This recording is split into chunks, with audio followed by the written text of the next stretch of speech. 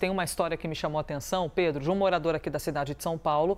Ele mora num local que geralmente alaga. E aí ele recebeu o alerta da Defesa Civil no celular, o SMS. Que, aliás, a gente já vai passar para vocês, tá? Um número que é super fácil para poder fazer o cadastro e receber de graça esses alertas.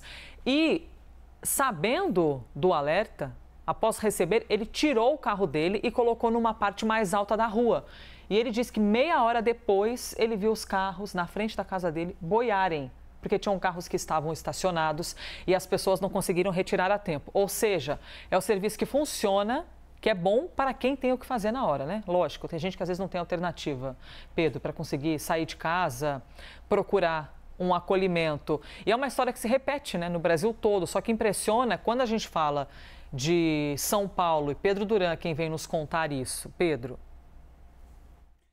Elisa, tem um problema muito sério quando a gente fala de combate às chuvas aqui em São Paulo, que é a história que acaba nos revelando a dificuldade da cidade e do estado lidarem com o problema crônico das chuvas.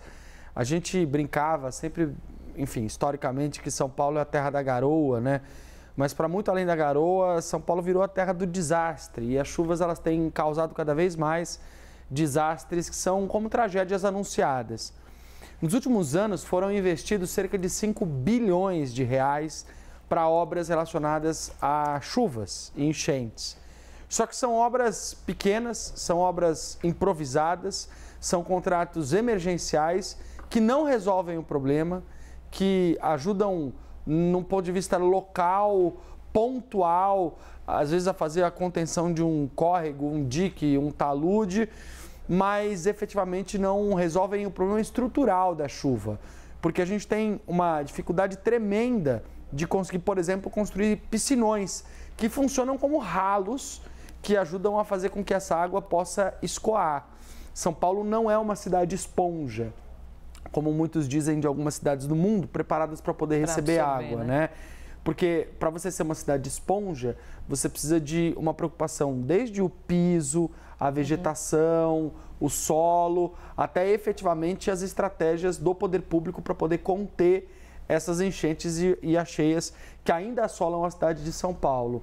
Então, enquanto a gente não fizer obras estruturais, enquanto a gente não usar a tecnologia a nosso favor, São Paulo vai continuar amargando as perdas. Já são 18 mortes desde dezembro no estado de São Paulo, inclusive essa nesse final de semana que o Renan contava.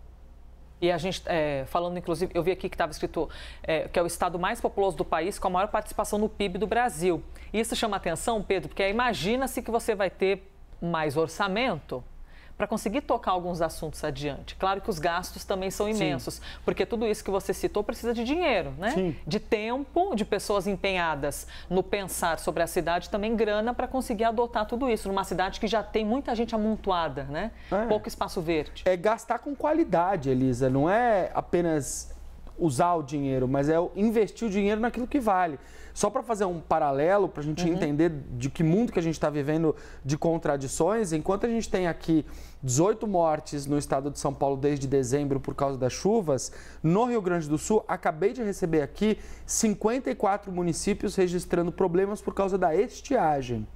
Então veja só como as mudanças climáticas elas ainda vão pautar muito as discussões públicas, especialmente no ano que a gente vai ter a COP30 no Brasil, debatendo inclusive especialmente isso, né?